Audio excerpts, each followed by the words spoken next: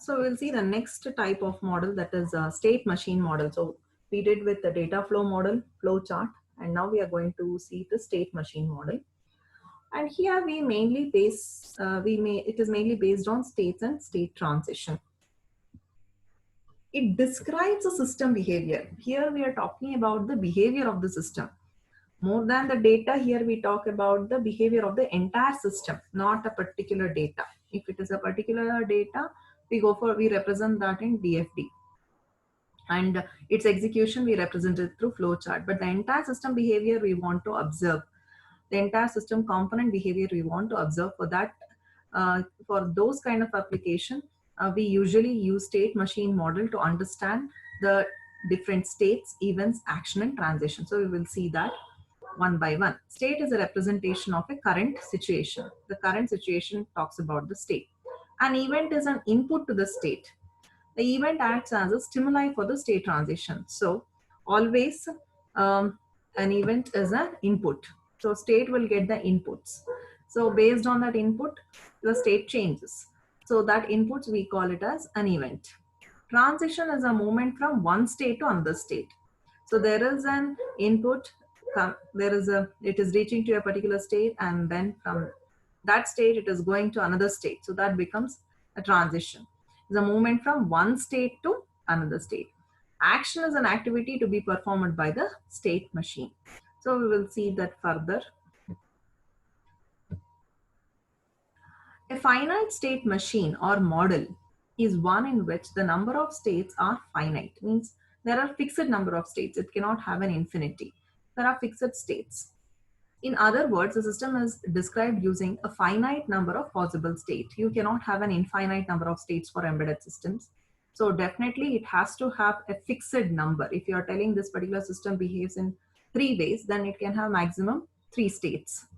Most of the time, state machine model translates the requirements into sequence driven model. So usually it can be easily translated to sequence driven, as it is one after the other. The hierarchical and concurrent finite state machine model, HCFSM, is an extension of FSM for supporting concurrency and hierarchy. Means this finite state machine can be extended to represent concurrency and hierarchy. So these are some of the advanced version of finite state machines. We will see.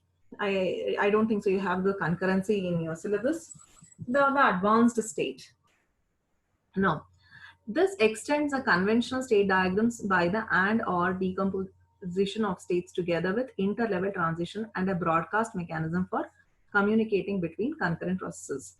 So you can have the state diagrams. Along with the state diagrams, you can also append it with and or these operations. You can append it.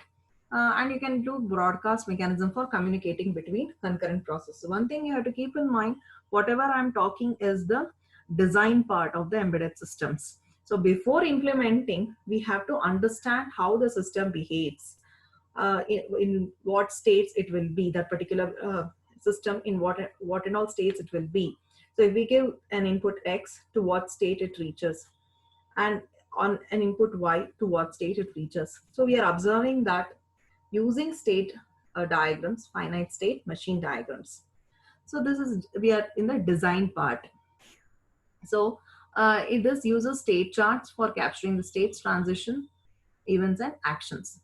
So the state chart, UML state diagram, etc. are examples of popular state chart used for HCFM modeling of embedded systems. So all these state diagrams are also widely used by embedded systems. Let's go to the next slide. Now we will take one scenario. So far I was discussing states, event, states, event. What is that? So let us take an example, a scenario. We want to design an automatic seat belt warning in an automotive. So all of you know, it is mandatory for everybody to the front seat drivers and the people who are sitting in the front seat should wear seat belt. So it is mandatory. It is a rule. So suppose if many a time because of the tensions we may tend to forget. So let us design a system which gives a warning. If suppose we forget to put the seat belt, it should give a warning. So it should automatically give a warning. How? Let us keep an alarm. Let us take this system. Let us try to convert this requirement into a system. When the vehicle ignition is turned on, yes, you have uh, turned on the system, and the seat belt is not fastened within 10 seconds. So it has to wait for 10 seconds. Now we are designing, there is no such mandatory that it should be 10 seconds only. Now we are designing a system wherein it will check that the system is turned on and the seat belt is not worn by the driver in 10 seconds. So it waits for 10 seconds after the ignition is on. Even after 10 seconds, the driver doesn't put the belt, then the system has to generate an alarm signal for 5 seconds. Means it waits for 10 seconds. The 11th second, it will start giving an alarm signal. And that alarm, how long? It cannot be continuous. It has to stop. So here we are giving the duration as 5 seconds. And again, I'm telling you, there is no such mandatory 10 and 5. You can design it with different values. Now we will take this scenario only and we will try to proceed. Now the alarm is turned off when the alarm time expires. That is one condition. That is, it expires after 5 seconds, or if the driver fastens the belt. That is, within that 5 seconds, the passenger or driver has put the belt, or if the ignition switch is turned off.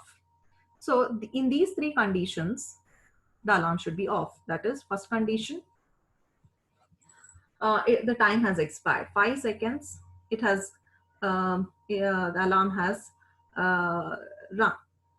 And another condition, the driver has already put, within 5 seconds, the driver has put the belt. So in that case also it should be turned off. The alarm should be turned off. Or suddenly you're trying to switch on and it has switched off. The ignition has not happened only. Means the system is not in the on state. So when the system itself is not in the on state, then no need of alarm. So this three condition, one, the time expires, 5 seconds, and the other one, when the alarm should be off after 5 seconds, one condition, other one, if the driver puts the belt, or suppose in between somewhere the system is turned off, then the alarm should be stopped. It should not ring. Now let's see the state diagram. So this is the state diagram. So let us see in what state initially the alarm is in the off state. Now we are making the ignition key on. So the system is in the on state. It's waiting. It's in the waiting period.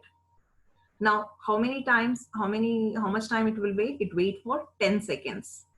The timer has expired. Means 10 seconds it has waited and the driver has not put the belt. In that case, alarm is turned on. Now, suppose here, so suppose 10 seconds is done. 10 seconds is not over. In between only, the ignition is off. Means suddenly the system has turned off. In that case, it should not go to alarm state. It has to come back to off state because ignition only has not happened. So there's no point in ringing alarm. So if the ignition is turned off, from here it just comes off to alarm off state. Another possibility, if the seat belt is on, means 10 seconds, within that 10 seconds, the driver has already put the belt. In that case, why you have to ring it unnecessarily? So if the driver has put within 10 seconds, again the alarm, it should be off. Suppose even after 10 seconds it has expired and these two conditions are false, then it has to ring. Means the ignition is on and seat belt is not put, then this should ring. For how long? Again, alarm will ring for 5 seconds. So when it should be off, when it reaches this state, now alarm is ringing. When it should turn off, when it should come to off state? After 5 seconds. That is one possibility. Another possibility, seat belt is on. So after the alarm, the seat belt, here the driver has put. So in that case, also it has to immediately off, or ignition key is turned off. Even after this, many times the alarm is ringing and suddenly after that the system is off. In that case also alarm should be off. So this is one kind of a system. You are trying to build an embedded system, a small embedded component which monitors this system. So we are trying to see the behavior, and based on that we are trying to see how it is converting into different states. Now, sequential program model. So the functions of processing requirements are executed in sequence. The program instructions are iterated and executed conditionally, and the data gets transformed through a series of operations. So you can go for sequential programming model also. FSMs are good choice for sequential programming model. You can definitely represent FSMs in sequential programming model. You can convert that into programming model. Flowchart is another important tool used for modeling sequential programs. So this is the best way we can convert the entire scenario into a flowchart, and then easily we can write a program for that. The FSM approach represents the states, events, transition, and actions, whereas a flowchart models the execution flow. So this mainly talks about the system behavior. Now we are trying to put forth to the execution. We'll translate everything into one execution. So through flowchart, we'll see. So we will try to uh, take the same requirement here. Sequential programming model, same requirement. When the vehicle ignition is turned on and the seat belt is not fastened within 10 seconds of ignition on, the system generates an alarm signal for 5 seconds. Same condition. The alarm is turned off when the alarm, the time, one is it is turned off, it is when once the time expires, or if the driver puts the belt, or if the ignition is turned off. Now let's see in the form of a flow chart. So if you're seeing here, first initially it is ignition key on. It waits for 10 seconds. Let's see, the entire thing is put up in the form of flow chart. It waits for 10 seconds. We know that. Now, ignition is on. Yes or no. If ignition is on, if it is false, means it is turned off, then it should end. It should end. Otherwise, if it is ignition is on, now we are checking whether the seat belt is on. If it is yes, again it will end. You need not have to ring the, if the seat belt is on, you need not have to ring the alarm. No, now you are setting the timer for how many seconds? 5 seconds. Again, when once the timer is set, again it checks whether the ignition is on. If again it is off, means ignition is not on, it will end. If ignition is on, again you will check whether the seat belt is on. So it will start ringing. When it is start ringing, again it sees, it checks once again whether the ignition is on. If it is on, if it is off, it will end. Again it will check seat belt on. If they have put the seat belt, then again wind to ring it simply. So it will stop the alarm. If no, means seat belt has not been put, again it will check the time, whether 5 seconds is expired. If yes, again it stops. If no, the time has not expired, again it will go to checking ignition on. So this entire field, it is mainly this part, based on this condition, it will ring. When once any of this condition is met, okay, if it is complete, the seat belt is put, it will stop the alarm. So the entire transition diagram, we are converting it into the flow chart.